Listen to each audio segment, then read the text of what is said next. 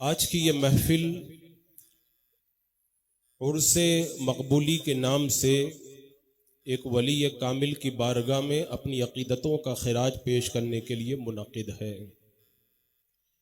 اللہ والوں کی جو محفلیں سجائی جاتی ہیں وہ صرف بھیڑ دکھانے یا لطف اٹھانے یا آنے جانے کے لیے نہیں منعقد کی جاتی ہیں، ان کے بڑے مقاصد ہوا کرتے ہیں۔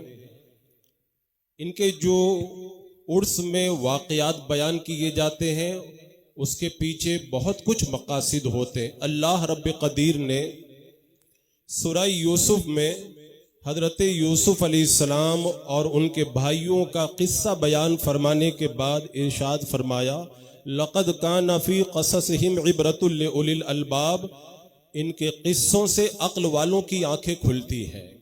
اب اگر کوئی عرس میں آئے، سنے، اس کی آنکھیں کھل جائیں تو سمجھ جاؤ کہ عرس میں آنے کا مقصد کامیاب ہو گیا۔ اور ان کی بارگاہ میں تو بندہ ویسے بھی آتا ہے تو لے کر کے ہی جاتا ہے۔ وہ شاہ ولی اللہ محدث دہلوی رحمۃ اللہ تعالی علیہ نے جو فرمایا تھا، زمین اگر ناپاک ہو جائے تو پاک کرنے کا دو طریقہ ہے۔ ایک طریقہ تو یہ ہے کہ ناپاک زمین پر اتنا پانی بہا دو کہ وہ ناپاکی کو بہا کر کے لے جائے تو زمین پاک ہو جاتی ہے۔ دوسرا طریقہ یہ ہے کہ ناپاک زمین پر سورج کی گرمی اتنی زیادہ پڑے کہ سورج کی گرمی کے اندر وہ ساری ناپاکی جل کر کے ختم ہو جائے تو بھی زمین پاک ہو جاتی ہے۔ فرمایا جس طرح ناپاک زمین کو پاک کرنے کا دو طریقہ ہے، ایسے ہی اگر دل میلا ہو جائے تو اس کو بھی پاک کرنے کا دو طریقہ ہے۔ ایک طریقہ تو یہ ہے اللہ رب قدیر کا اتنا ذکر کرو کہ ذکر کی گرمی کے اندر دل کا سارا میل جل کر کے ختم ہو جائے تو بھی دل پاک ہو جاتا ہے۔ اور دوسرا طریقہ یہ ہے اللہ والوں کی بارگاہ میں جا کر کے بیٹھ جاؤ، وہ ایک نظر دل پہ کریں گے، اللہ دل کو ستھرا فرما دے گا۔ تو ان اللہ والوں کی جو ہم محفلوں کو سجاتے ہیں، ان کی بارگاہ میں آتے ہیں، اس کے یہ فوائد ہیں۔ علامہ شرف الدین یحییٰ منیری رحمۃ اللہ تعالی علیہ نے ایک موقع پر فرمایا تھا، اگر چونٹی یہ چاہتی ہے کہ میں حرم مکی میں یا حرم مدنی میں پہنچ جاؤں، وہ نہیں پہنچ سکتی ہے۔ راستے میں دریا ہیں، راستے میں کھائیاں ہیں، راستے کے اندر پہاڑ ہیں۔ چونٹی اگر ہندوستان سے چلے گی، راستے کے اندر مر جائے گی، نہیں پہنچ پائے گی۔ اگر وہ پہنچنا چاہتی ہے تو راستہ یہی ہے کہ کسی کبوتر کے پاؤں سے چپک جائے۔ کبوتر جب پرواز کرے گا تو جب وہ گنبد خضرا کے سائے میں پہنچے گا، جب وہ حرم مکی میں پہنچے گا تو کبوتر کے صدقے میں اس چونٹی کو بھی مکۃ المکرمہ اور مدینہ منورہ میں پہنچنا نصیب ہو جائے گا۔ فرماتے ہیں اسی طرح ہم لوگ گنہگار ہیں، ہماری یہ بساط نہیں ہے کہ ہم اللہ کی بارگاہ تک پہنچ سکیں۔ یہ اللہ کے ولی اللہ کی بارگاہ میں پہنچے ہوئے ہیں، ہم ان کے قدموں سے چپک گئے ہیں۔ جب یہ اللہ والے روحانی طور پر پرواز کریں گے، ان کے قدموں کے صدقے میں ہمیں بھی خدا کی بارگاہ میں پہنچنا نصیب ہو جائے گا۔ اسی لیے ہم ان اللہ والوں کی یادیں مناتے ہیں، لیکن یاد منانے کا مطلب یہ نہیں ہے کہ آئیں اور چلے جائیں۔ یاد منانے کا مطلب یہ ہے وہ جو رب نے قرآن پاک میں فرمایا، وَكُلًّا نَقُصُّ عَلَيْكَ مِنْ أَنْبَاءِ الرُّسُلِ مَا نُثَبِّتُ بِهِ فُؤَادَكَ۔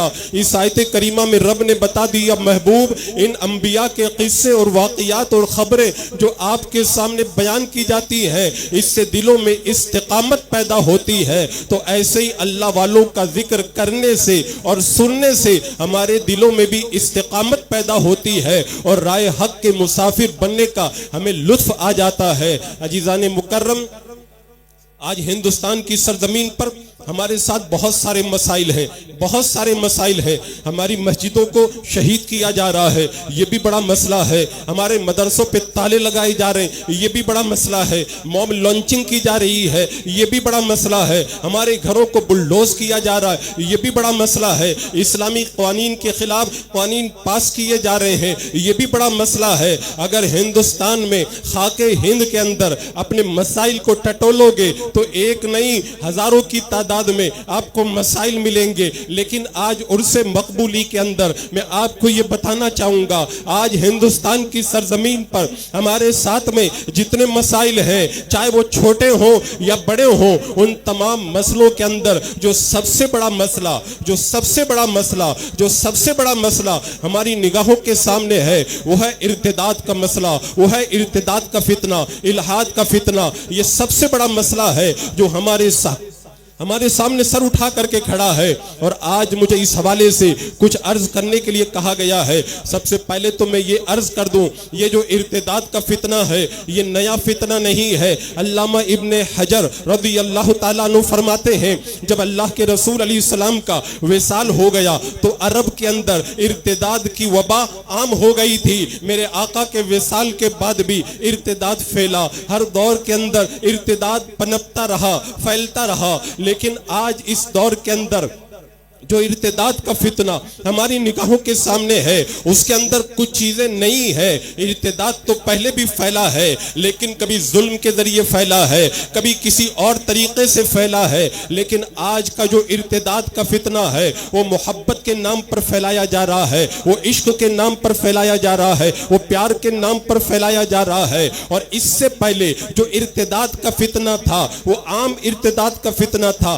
آج جو ارتداد کا فتنہ ہے اس فتنے کے اندر خاص طور سے مسلمان لڑکیوں کو شکار بنایا جا رہا ہے۔ عزیزان مکرم، یہ لڑکیوں کے مرتد ہونے کا، عشق کے نام پر اپنے دین کو چھوڑنے کا جو فتنہ ہے، یہ ہندوستان کی سرزمین پر پہلے ہم یہ سمجھتے تھے محض خبریں ہیں، لیکن جب حقائق کا ہم نے جائزہ لیا تو ہمیں پتہ چلا واقعی یہ بہت بڑا فتنہ ہے۔ اور عزیزان مکرم، اس کو میں بڑا فتنہ اس لیے بھی کہہ رہا ہوں کہ حضرت عمر فاروق رضی اللہ تعالیٰ عنہ نے ایک بار ایک بندے کو دیکھا، وہ اللہ کی بارگاہ میں فتنوں سے بچنے کے لیے دعا کر رہا تھا۔ حضرت عمر رضی اللہ تعالیٰ عنہ نے فرمایا، اگر فتنوں سے بچنے کی دعا کرنا ہے تو ان فتنوں سے بچنے کی دعا کر جو ایمان پر اٹیک کرتے ہیں، کیونکہ جو فتنہ ایمان پر اٹیک کرے، ایمان پر حملہ کرے، وہ سب سے بڑا فتنہ ہوا کرتا ہے۔ تبھی تو میرے آقا صلی اللہ تعالیٰ علیہ وسلم نے فرمایا تھا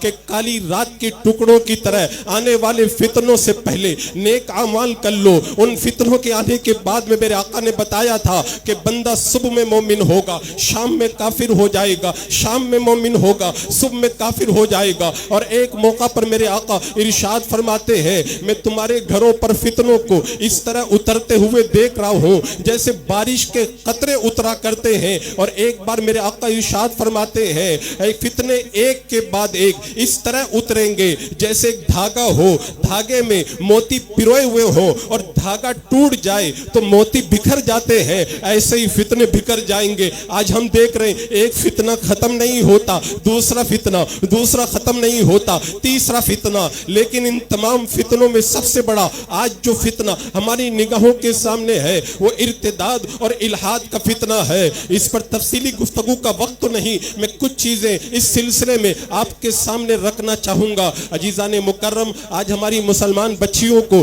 جو مرتد بنایا جا رہا ہے، آخر اس کے پیچھے عوامل کیا ہیں؟ میں نے اس پر غور کیا، اس کی بہت ساری وجوہات مجھے سمجھ میں آئی، میں نے ان تمام وجوہات کو اپنی تقریروں میں بیان کر دیا۔ لیکن آج ایک خاص طرف میں آپ کی توجہ دلانا چاہوں گا۔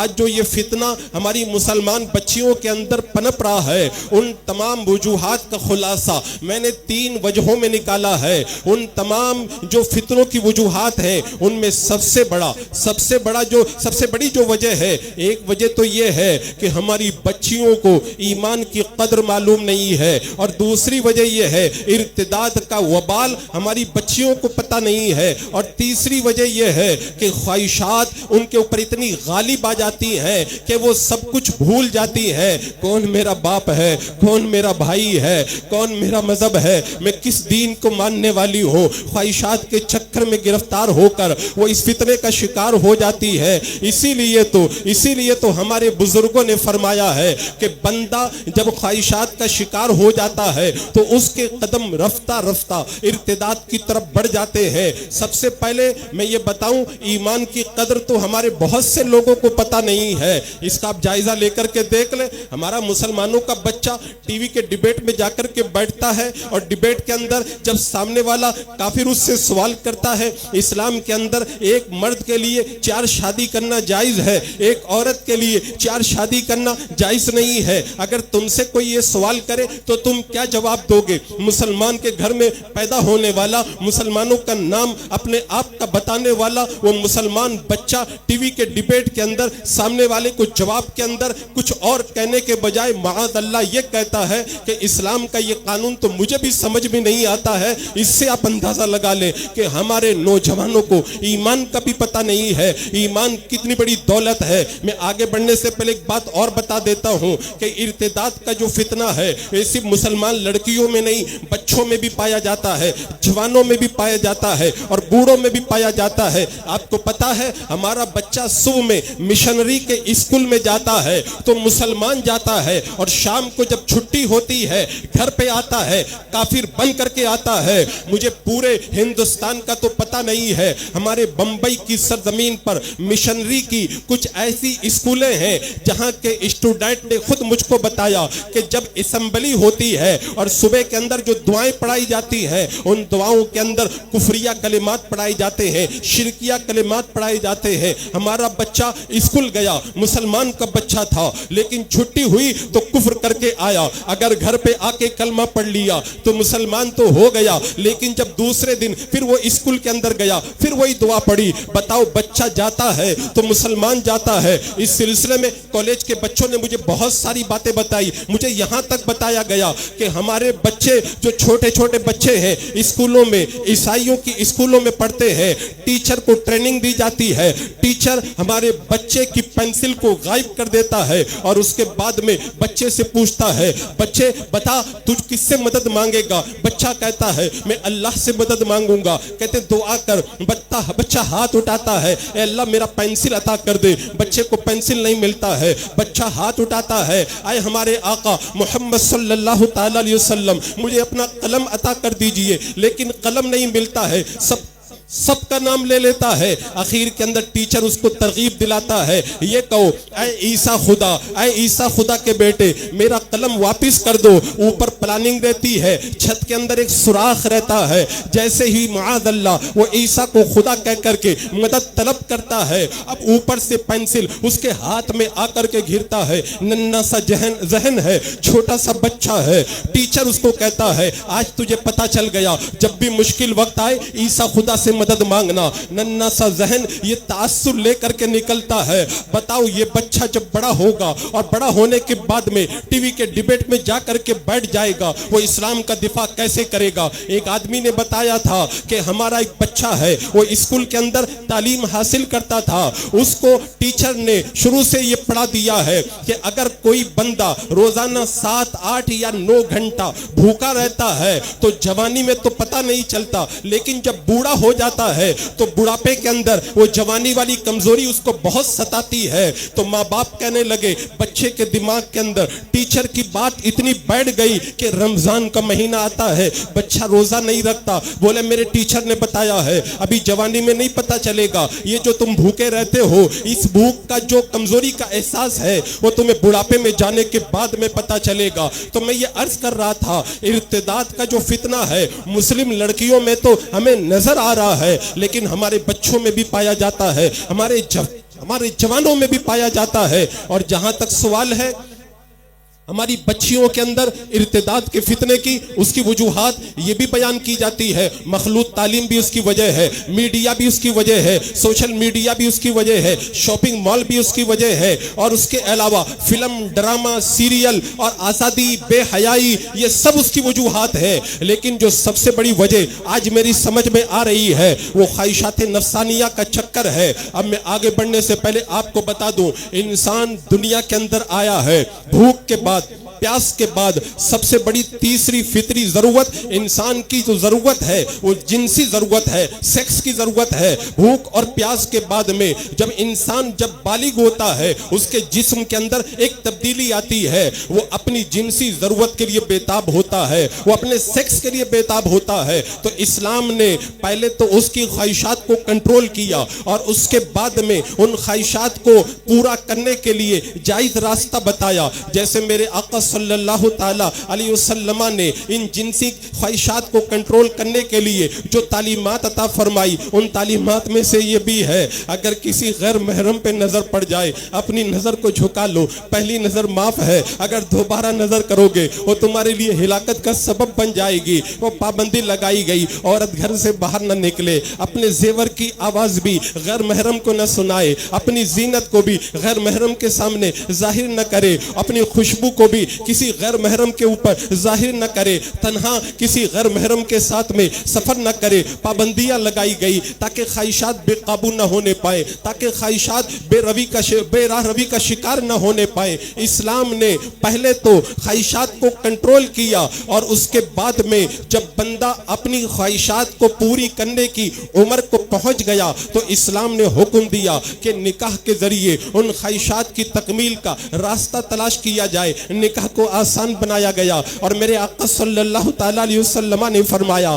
اگر اخلاق اور دین کے اعتبار سے تمہیں اچھا رشتہ ملے اور تم اگر نکاح نہ کرو تو پھر بڑا فساد ہوگا۔ آج وہ فساد ہماری نگاہوں کے سامنے موجود ہے۔ آج ہم دیکھ رہے ہیں بچہ بڑا ہو گیا ہے، وہ شادی کی عمر کو پہنچ گیا ہے اور اس کی ہم شادی نہیں کر رہے۔ بتاؤ بچی 9 سال کی یا 12 سال کی یا 15 سال کی وہ بالغ ہو چکی ہے، آپ نے اس کا نکاح نہیں کیا، اب وہ شاپنگ مال میں بھی جا رہی ہے، وہ فلم بھی دیکھ رہی ہے، وہ ڈرامہ بھی دیکھ رہی ہے، وہ کالج بھی پڑھنے جا رہی ہے، وہ مخلوط طریقے سے لوگوں کے ساتھ میں رہ بھی رہی ہے۔ اپنی خواہشات کو کب تک وہ کنٹرول کرے گی جب آپ جائز راستہ نہیں دیں گے؟ آپ کو پتا ہے سیلاب جب آتا ہے اس کو راستہ دینا پڑتا ہے، اگر پانی کو راستہ دو گے آبادیاں بچ جائیں گی، لیکن جب سیلاب آیا آپ نے آبادی کے اندر اس کو راستہ نہ دیا، پانی اپنا راستہ خود بنائے گا۔ اگر راستہ دے دو گے تو آبادی بچ جائے گی اور اگر تم راستہ نہ دو گے وہ اپنا راستہ خود بنائے گا تو آبادیوں کو بہا کر کے لے جائے گا۔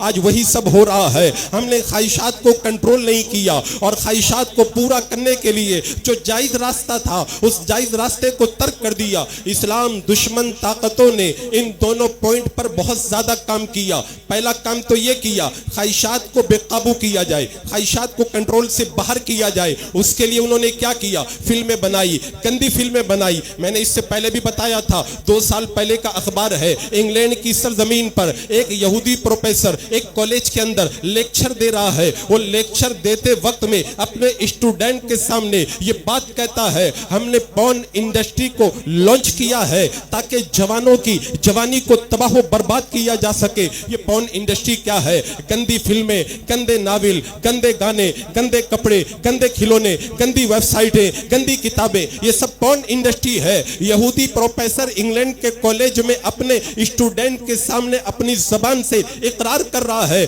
ہم نے گندگی کو لانچ کیا ہے تاکہ جوانوں کی جوانی کو تباہ و برباد کیا جا سکے۔ تو پہلے تو اسلام دشمن طاقتوں نے مسلمان بچیوں کی خواہشات کو بے قابو کرنے کے لیے ایسی گندگیوں کو لانچ کیا۔ اسی لیے کبھی کبھی میں کہا کرتا ہوں بہت سارے لوگوں کے ہاتھ میں موبائل جب وہ نیٹ کھولتے ہیں تو ایسا لگتا ہے جیسے نیٹ نہیں کھولا ہے، گٹر کا منہ کھول دیا گیا ہے اور وہ گندگی ان کی روح کو تباہ و برباد کر رہی ہے۔ خواہشات کو بے قابو کرنے کے لیے انہوں نے کیا کیا؟ انہوں نے مخلوط تعلیم کا انتظام کیا۔ جوان لڑکا ہے، جوان لڑکی ہے، دونوں ایک بینچ پر بیٹھ کر کے پڑھائی کر رہے ہیں۔ لڑکا مسکرا کر کے لڑکی کی طرف دیکھتا ہے۔ بتاؤ جوانی کے اندر ابال آئے گا کہ نہیں آئے گا؟ خواہشات کے اندر ہیجان آئے گا کہ نہیں آئے گا؟ پھر کہتے ہو ہماری بچی گھر سے فرار ہو گئی، ہماری بچی بھاگ گئی۔ جب آگ اور پیٹرول کا ملاؤ ہوگا تو پھر ایسی صورت کے اندر تباہی آنا تو لازم ہے۔ اور پھر اس کے بعد میں انہوں نے خواہشات کو بے قابو کرنے کے لیے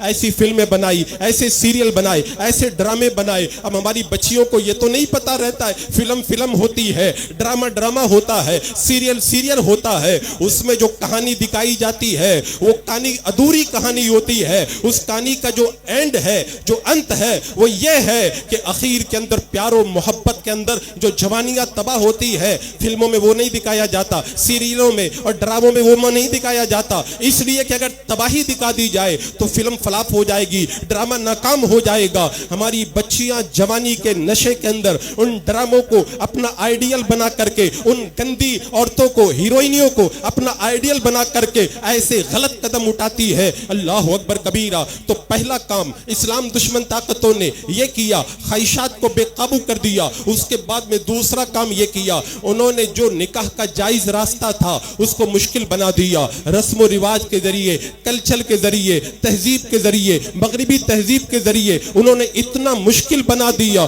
اللہ اکبر کبیرہ۔ جہیز کی لعنت کے ذریعے ایک عورت نے اپنا گردہ بیچ دیا، لوگوں نے اس سے پوچھا تو نے اپنا گردہ کیوں بیچ دیا؟ کہا مجھے اپنی لڑکی کی شادی کرنا تھا، مجھے اپنی لڑکی کی شادی کرنا تھا، میں نے قرض حسن کے لیے بہت جگہ اپنے چپل کو گھسیٹا، مجھے قرض حسن نہیں ملا، میرے پاس کوئی آپشن نہیں تھا، میں نے اپنا گردہ بیچ کر کے اپنی بچی کے جہیز کا انتظام کیا اور اس کی شادی کو کر دیا۔ اپنے دل پہ ہاتھ رکھ کر کے بتاؤ، جس معاشرے کے اندر ہزاروں لاکھوں کی تعداد میں جہیز نہ ہونے کی وجہ سے نوجوان بچیاں اپنے باپ کی دہلیز پہ بوڑھی ہو رہی ہو، کیا وہ معاشرہ فلا پائے گا؟ کیا اس معاشرے کے اندر ننگا پن نہیں آئے گا؟ کیا اس معاشرے کی بچیاں غیروں کے ساتھ فرار نہیں ہوں گی؟ کہتے ہیں نا محبت کا کوئی مذہب نہیں ہوتا ہے، اور وہ لڑکیاں جب محبت کا شکار ہوتی ہے تو یہ نہیں دیکھتی ہے سامنے والا مسلمان ہے یا غیر مسلم ہے، یہ تو تباہ ہونے کے بعد میں پتہ چلتا ہے۔ اور یہ بھی سن لے، باضابطہ طور پر اس کے لیے تنظیمیں کام کر رہی ہے، ان کو پیسہ دیا جاتا ہے مسلم لڑکیوں کو ورغلا کر کے کس انداز کے اندر ان کو پیار کا جھانسا دے کر کے انہیں تباہ و برباد کرنا ہے۔ پہلے پیار اور محبت جتلایا جاتا ہے اور دھیرے دھیرے پارکوں میں ملاقات ہوتی ہے، گارڈنوں میں ملاقات ہوتی ہے۔ میں کہا کرتا ہوں ہوٹل کے اندر، ہاسٹل کے اندر، پارک کے اندر جو محبت پروان چڑھتی ہے وہ محبت سچی نہیں ہوتی ہے، وہ جھوٹی ہوا کرتی ہے، اور پھر نتیجہ یہی نکلتا ہے چند دن تک مسلمان لڑکی کو بھمبوڑا جاتا ہے، اس کے بعد میں اپنے دوستوں کے سامنے پیش کر دیا جاتا ہے، اور اس کے بعد میں کسی بیئر بار میں ناچنے کے لیے اسے مجبور کیا جاتا ہے۔ اگر وہ انکار کرتی ہے تو فوٹو کے ذریعے، ویڈیو کے ذریعے اس کو بلیک میل کیا جاتا ہے۔ اب لڑکی کے سامنے دو ہی راستہ رہتا ہے، یا تو ساری زندگی اپنی عزت کا سودا کرے اور یا پھر اپنی جان کو ختم کر دے۔ اسی لیے اخبار کی سرخیاں بول رہی ہے آج فلاں لڑکے نے اپنی معشوقہ کو زہر دے دیا، پھانسی پہ چڑھا دیا، گولی مار دی، دریا کے سپرد کر دیا۔ عزیزان مکرم، یہ حالات ہندوستان کی سرزمین پر ہر ایک کی نگاہوں کے سامنے ہیں۔ باضابطہ طور پر یہ ماحول بنایا گیا ہے، پہلے بے پردہ کیا گیا۔ 1913 کا پڑھ کر دیکھیں، 1913 کے اندر مصر کی سرزمین پر ہدا شاراوی نام کی ایک خاتون تھی جس نے یہ اعلان کیا تھا اسلام کا جو پردے کا قانون ہے وہ غلط ہے۔ اور 1923 کے اندر اٹلی کے اندر پوری دنیا کی عورتوں کی ایک کانفرنس ہوئی، اس کانفرنس کے اندر ہدا شاراوی نے اپنے دوپٹے کو اپنے سر سے اتار کر اپنے قدموں کے نیچے ڈال کر کے مسلتے ہوئے کہا تھا یہ پردے کا قانون اب پرانا ہو چکا ہے، اب ہمیں اس قانون کو چھوڑ دینا چاہیے۔ ہماری بچیاں جو ایسے سیریل دیکھ کر کے پروان چڑھی ہے ان سے کیا امید کی جا سکتی ہے؟ آج عرس مقبولی کے اندر میں اپنی ماں بہنوں کو اور آپ کے واسطے سے آپ کی تمام گھر کی خواتین کو یہ پیغام دینا چاہتا ہوں، اے میری ماں بہنوں، تمہارا آئیڈیل وہ ننگی عورتیں نہیں ہے، تمہارا آئیڈیل فلم کے پردے پہ ناچنے والی ہیروئن نہیں ہے، تمہارے لیے کامیابی کی ضمانت بن کر کے وہ عورتیں نہیں آئی ہیں۔ اگر تمہیں آئیڈیل بنانا ہے آؤ میں آپ کو بتاتا ہوں آئیڈیل کس کو بنایا جائے۔ یہ حضرت خولا ہے، حضرت خالد بن ولید رضی اللہ تعالیٰ عنہ کو اللہ نے فتح عطا فرمائی، وہ اگلے علاقے میں چلے گئے۔ حضرت خولا اور چند خواتین کو ایک جگہ پر چھوڑ دیا، عیسائیوں کو پتا چلا، پطرس کو ایک لشکر لے کر کے بھیجا، آ کر کے انہوں نے مسلمان عورتوں پر حملہ کیا۔ جب پطرس کی نظر حضرت خولا پہ پڑی، خوبصورت مسلمان عورت کو دیکھ کر کے پطرس نے کہا تھا اے خولا مجھ پر عورتیں مرتی ہیں، میں راجا اور تم کو مہارانی بنا دوں گا، تم میرے ساتھ شادی کر لو۔ حضرت خولا کا جواب سنو،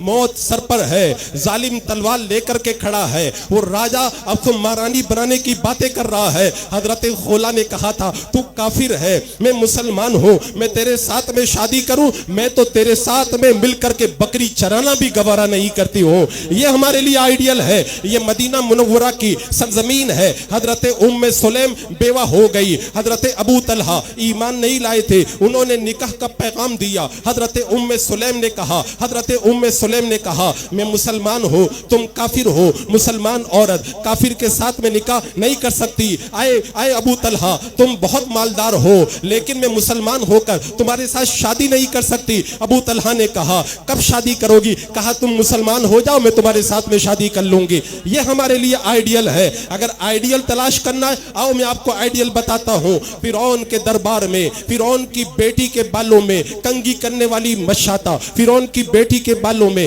کنگھی کر رہی ہے. کنگھی ہاتھ سے گر جاتی ہے, بسم اللہ کہہ کر کے اٹھایا. فرعون کی بیٹی کہتی ہے کس خدا کا نام لیتی ہو؟ خدا تو میرا باپ ہے. کہا نہیں, خدا وہ ہے جس نے تیرے باپ کو بھی پیدا کیا ہے. فرعون کو جب پتا چلا بلایا, کہا مجھے خدا مان لے. کہا میں تجھے خدا نہیں مانتی. کہا تجھے مروا دوں گا, تیرے بچوں کو ذبح کروا دوں گا. اس مشاطہ نے ببانگ دہل یہ اعلان کیا تھا جان دینا گوارا ہے, ایمان کا سودا کرنا گوارا نہیں ہے. اللہ اکبر. اس کے بعد میں تانبے کی ایک گائے تیار کی گئی, کھولتا ہوا تیل ڈالا گیا اور اس کے بعد میں دودھ پیتے بچے کو لایا گیا. اور دودھ پیتے بچے کو لا کر کے جب آگ میں ڈالنے کی باری آئی, تیل میں ڈالنے کی باری آئی, تو اس مشاطہ کے دل میں کچھ خیال پیدا ہوا. چھوٹا سا بچہ بول اٹھا, ماں فکر کرنے کی ضرورت نہیں ہے, تھوڑی دیر کی تکلیف ہے, پھر جنت کی بہاریں ہمارا انتظار کر رہی ہے. اللہ اکبر. اس دودھ پیتے بچے کی قربانی خاتون نے گوارا کر لی, ایمان کا سودا نہ کیا. آج ایک لیپ ٹاپ کے بدلے میں, ایک اسکوٹی کے بدلے میں, ایک موبائل کے بدلے میں, 1,00,000 روپے کے بدلے میں اپنے ایمان کا سودا کرے. ان کو بتاؤ تمہارا ایمان اتنا قیمتی ہے, اتنا قیمتی ہے. اگر کوئی دنیا کے اندر ایسا بادشاہ ہو پوری دنیا پہ حکومت کرتا ہو, اور دوسری طرف ایک کافر بادشاہ ہے پوری دنیا پہ حکومت کرتا ہے, اور دوسری طرف مسلمان ہے وہ فٹ پاتھ پہ سوتا ہے, تو کافر بادشاہ فٹ پاتھ پہ سونے والے مسلمان کے قدموں کی دھول کے برابر بھی نہیں ہو سکتا ہے. اس لیے کہ جب وہ کافر بادشاہ مرے گا تو جہنم میں جائے گا, اور یہ فٹ پاتھ پہ سونے والا مسلمان اگر مرے گا تو جنت کی بہاریں اللہ عطا فرمائے گا. ایمان کی قدر انہیں معلوم نہیں ہے. آج ہمیں کیا ہو گیا ہے؟ ابھی جو میں نے آیت کریمہ پڑھی, رب فرماتا ہے یا ایھا الذین آمنوا قوا انفسکم واہلیکم نارا, ایمان والو بچاؤ اپنے آپ کو بھی اور اپنے گھر والوں کو بھی جہنم کی آگ سے. لوگ کیا سمجھتے ہیں بچے کو بڑا کر دینا یہ ہماری ذمہ داری ہے.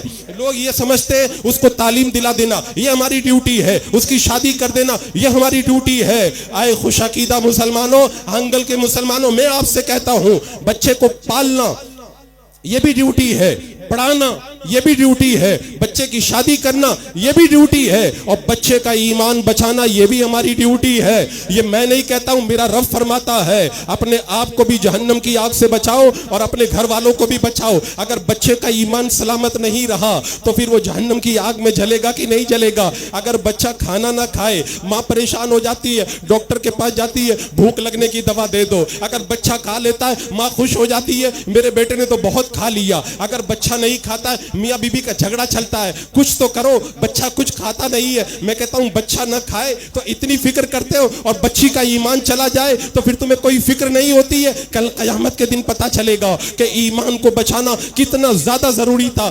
آج کتنے ایسے باپ ہیں جو اپنے گھروں کے اندر کہتے میرے آنگن کی پری چلی گئی, میرے گھر کی چڑیا اڑ گئی, کوئی لا کے دے دو, جو مانگو گے وہ دے دوں گا. میں نے کہا اگر پہلے تم نے اپنے گھر کی آنگن کی پری کو سنبھال کے رکھا ہوتا, اسے ایمان کی دولت اور ایمان کی قدر سمجھائی ہوتی, تو آج یہ نوبت نہیں آتی. کتنی ماہیں تڑپ رہی ہے, کتنے باپ تڑپ رہے ہیں, میری بچی لا کے دے دو. کاش پہلے علماء کی باتوں کو سنا ہوتا. ایک بچی ہمارے بمبئی کے اندر بھاگ گئی غیر مسلم کے ساتھ میں, گھر والے پکڑ کر کے مولانا صاحب کے پاس میں لائے. جب مولانا صاحب کے پاس میں لائے تو مولانا صاحب اس کو سمجھانے لگے. معلوم ہے بچی کیا کہہ رہی ہے؟ بچی کہہ رہی ہے مولانا صاحب جو بھی کہنا ہے سمجھانا ہے سمجھا لو, لیکن آخرت کی باتیں میرے سامنے مت کرنا، میں آخرت سے نہیں ڈرتی ہوں۔ مجھے اپنے دل پہ ہاتھ رکھ کے بتاؤ، جو عورت جہنم کے عذاب سے نہ ڈرے، جو آخرت پہ یقین نہ رکھے، اس کو کون سمجھا سکتا ہے؟ کاش تم نے اس کو پہلے ایمان بتایا ہوتا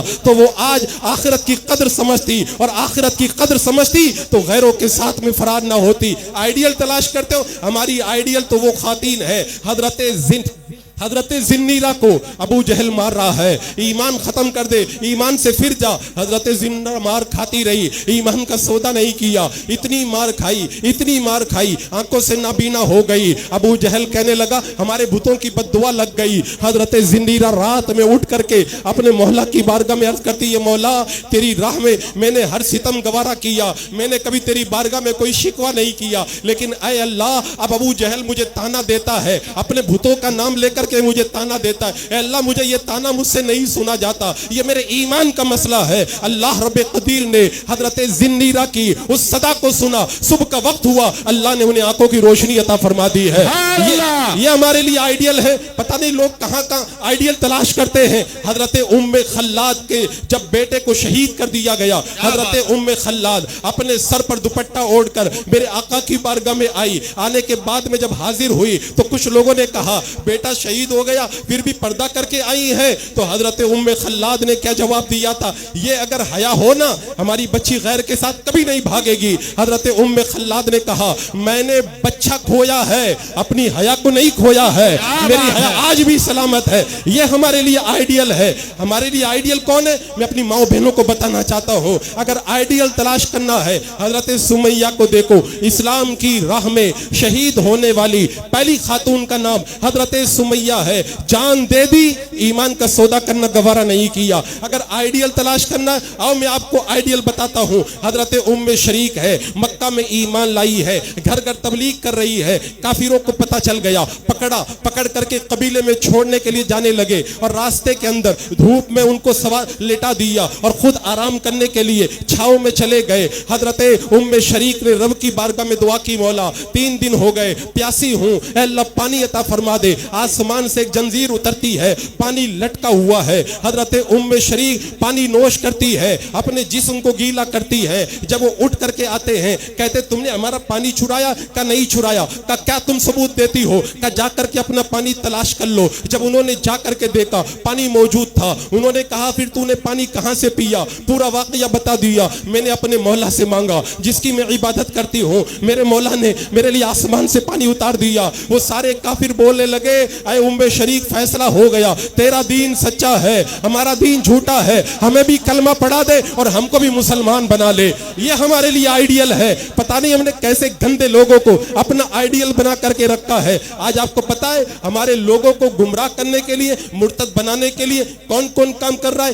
غریب مسلمانوں کو مرتد بنانے کے لیے NGO کام کر رہی ہے، ان کی غریبی کا فائدہ اٹھا کر جاہل بچوں کو گمراہ کرنے کے لیے آج عیسائیوں کی مشنریاں اسکول کی شکل میں کام کر رہی ہے، تعلیم کے نام پر ہمارے بیمار لوگوں کو مرتد بنانے کے لیے ان کے ہاسپٹل کی ایجنسیاں کام کر رہی ہے ان کو مرتد بنانے کے لیے، اور ہمارے نوجوانوں کو مرتد بنانے کے لیے باضابطہ طور پر سوشل میڈیا پر ٹائی کوٹ بوٹیٹ اور سوٹیٹ کے ساتھ میں ایسے لوگوں کو لانچ کر دیا گیا ہے۔ وہ قرآن پڑھتے ہیں، حدیث پڑھتے ہیں اور ہمارے بچوں کا ایمان لے کر کے رخصت ہو جاتے ہیں۔ عزیزان مکرم، دور الہاد ہے ایمان بچائے رکھیے، عظمت سرور کونین پونجی اپنی جان دے کر بھی بچے تو بچائے رکھیے، کیونکہ حضرت معاذ نے کہا تھا اللہ کے رسول صلی اللہ تعالی علیہ وسلم نے مجھے وصیت کی تھی، 10 وصیتیں کی تھی، ان میں سے ایک وصیت یہ تھی اے معاذ اگر تمہیں قتل کر دیا جائے، اگر تمہیں جلا دیا جائے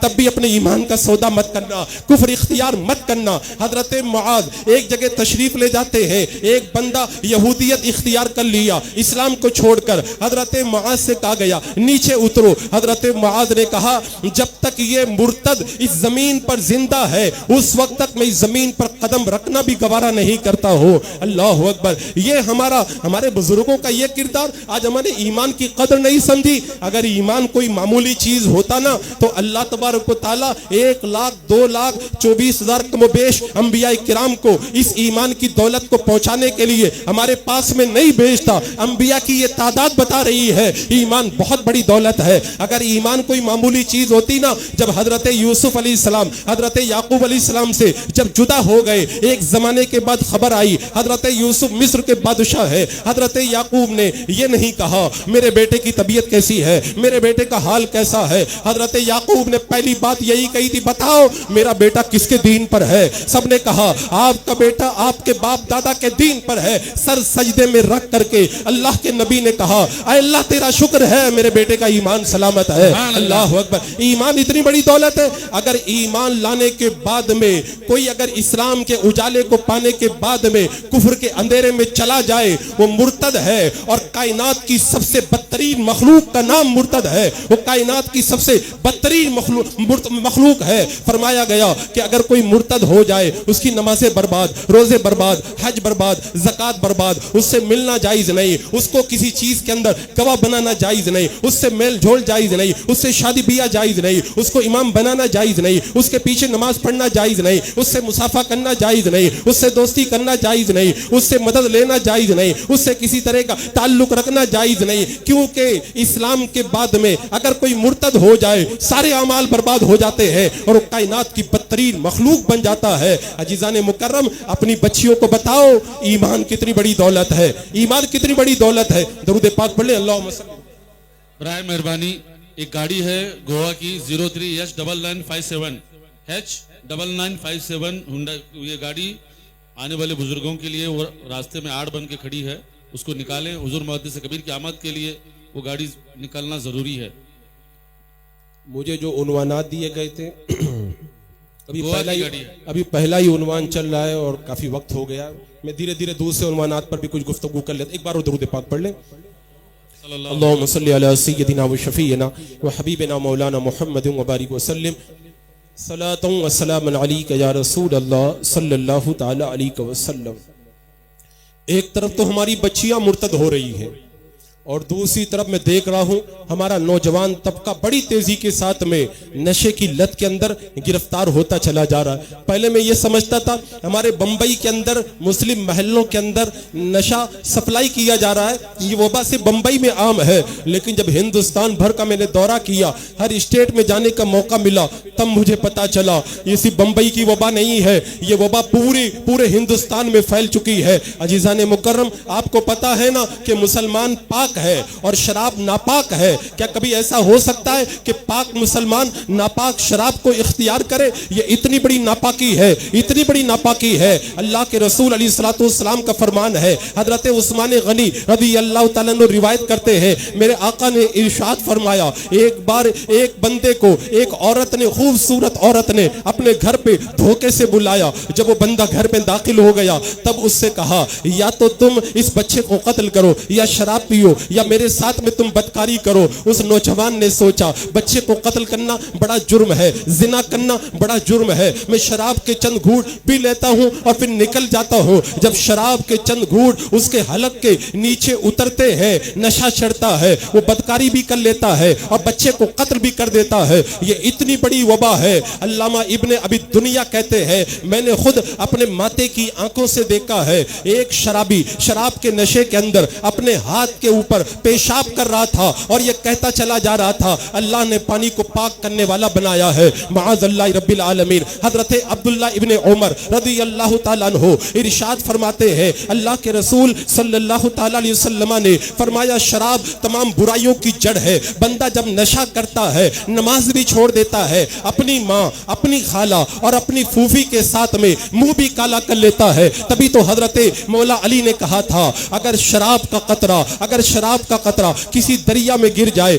دریا سوکھ جائے, گھاس اگ جائے, میں اپنے جانور وہاں پہ نہ چراؤں. اگر کنویں کے اندر شراب کا قطرہ گر جائے اور پھر وہاں پہ مینار تعمیر ہو, میں اس مینار کے اوپر اذان نہ پڑھوں. آج شراب کے نشے کے اندر ہمارا مسلم نوجوان کتنا گرفتار ہے. میرے پاس جو اخبارات کی خبریں ہیں اس سے یہ پتا چلتا ہے شراب کے لیے لوگوں نے اپنی ماہوں کا زیور بیچ دیا, کسی نے اپنی بچی کا جہیز بیچ دیا, کسی نے اپنی بیوی کا خرچہ بیچ دیا, کسی نے نے شراب کے نشے کے لیے نہ جانے مسجد کا گلہ توڑ دیا, مزار کا گلہ توڑ دیا, کوئی جا کے مدرسے میں چوری کر بیٹھا, کوئی اپنے باپ کا اکاؤنٹ خالی کر کے آ گیا, اور نشے میں گرفتار ہو کر کے کتنے لوگوں نے اپنی بہن کے ساتھ میں منہ کالا کیا, اپنی بیٹی کے ساتھ میں منہ کالا کیا, رشتے ٹوٹ گئے, خاندان برباد ہو گئے, پوری طریقے سے معاشرہ تباہی و بربادی کا شکار ہو گیا. آج گھروں کے اندر برتن مانجنے والی ان عورتوں کی آہیں کہہ رہی ہے اگر میرا شوہر شراب نہ پیتا تو آج مجھے اپنے بچوں کو پالنے کے لیے یہ سارے کام نہ کرنے پڑتے. عزیزان مکرم, آپ کیا سمجھتے ہیں یہ شراب کا نشہ ہمارے اندر ویسے ہی عام ہو گیا؟ نہیں, اس کو باضابطہ طور پر لانچ کیا گیا ہے. ہنری فرنسی نام کا ایک بدبخت ہے, اس نے یہ بات کہی تھی کہ میں نے غور کیا تو مجھے پتا چلا مسلمانوں کو تباہ و برباد کرنے کے لیے شراب سے بہتر کوئی منصوبہ نہیں ہے. اسی لیے تو نعرہ تکبیر, نعرہ رسالت, شہزادہ حضور محدث کبیر. نعرہ تکبیر, نعرہ رسالت, شہزادہ حضور محدث کبیر, داماد حضور محدث کبیر, اشا مفتی ابو یوسف ازہری صاحب قبلہ, مفتی شاہد رضا صاحب قبلہ, خلیفہ حضور تاج الشریعہ, علماء اہل سنت. وہ گاڑی ابھی تک نکلی نہیں ہے, گوا کی گاڑی ہے, برائے مہربانی اس گاڑی کو نکال لیں. اس گاڑی کا نمبر ہے 03H9957. برائے مہربانی اس گاڑی کو ہٹا دیں. H9957 03 H9957.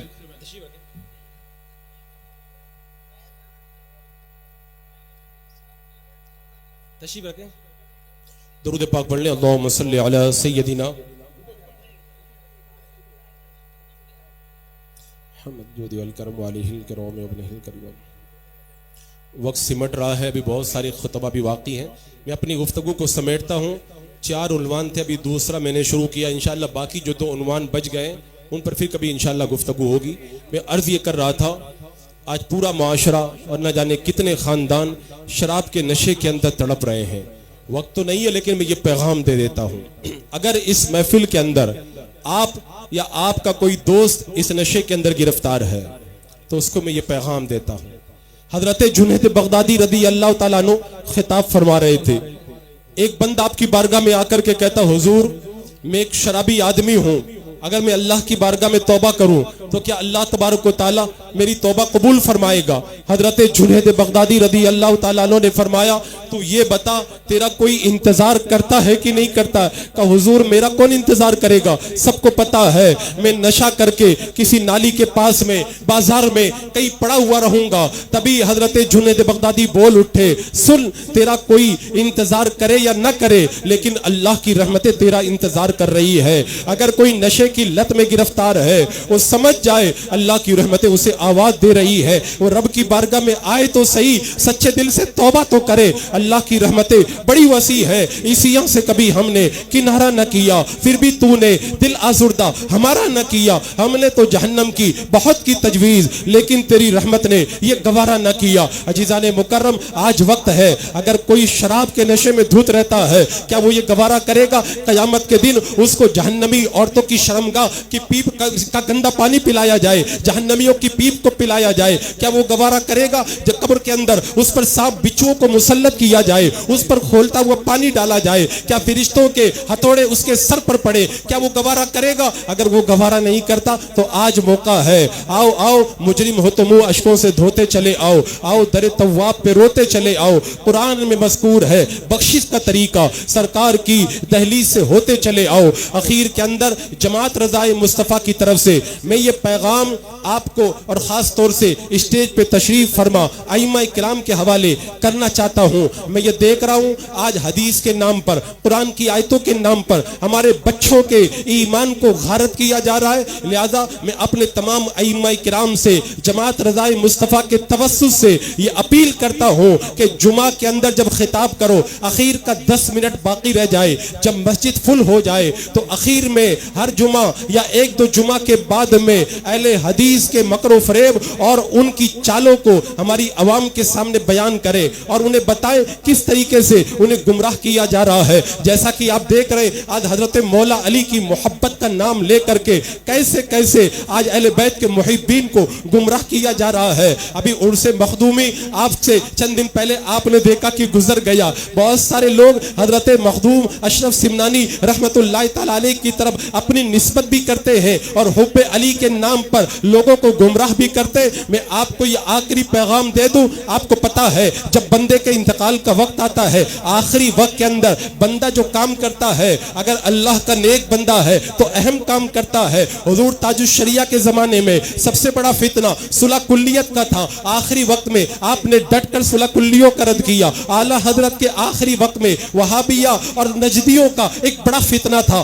اعلیٰ حضرت نے دیگر فتنوں کے ساتھ میں ان کا رد کیا. حضور مخدوم اشرف سمنانی رحمت اللہ تعالی علیہ ساری زندگی واضح و نصیحت کرتے رہے, کرامتیں دکھاتے رہے, روحانیت کا درس دیتے رہے. لیکن جب آخری وقت آیا, محرم کی ایک تاریخ آئی, آپ نے 1 سے لے کے 10 تک قرآن کی تلاوت کروائی. اس کے بعد میں کہا باغ کے درمیان میں میری قبر کو تیار کیا جائے, اتنی چوڑی قبر ہو جس میں نماز پڑھ سکوں. کاغذ اور قلم لے کر قبر کے اندر چلے گئے. 1 دن اور 1 رات اس قبر کے اندر رہے. حمد و صلات کے بعد میں آپ نے قبر کے اندر ایک رسالہ لکھا. اس رسالے کے اندر اس بات کو بیان کیا, ہم صحابہ کے درمیان, ہم صحابہ کی فضیلت کا یقین رکھتے ہیں اور ہمارا یہ عقیدہ ہے صحابہ میں سب سے پہلے خلیفہ اور سب سے افضل حضرت ابو بکر صدیق ہے, پھر حضرت عمر ہے, پھر حضرت عثمان ہے, پھر حضرت مولا علی ہے. ہم اسی عقیدے پر تھے, ہم اسی عقیدے پر ہیں اور اسی عقیدے پر رہیں گے. جو اس کے خلاف ہو وہ گمراہ ہے,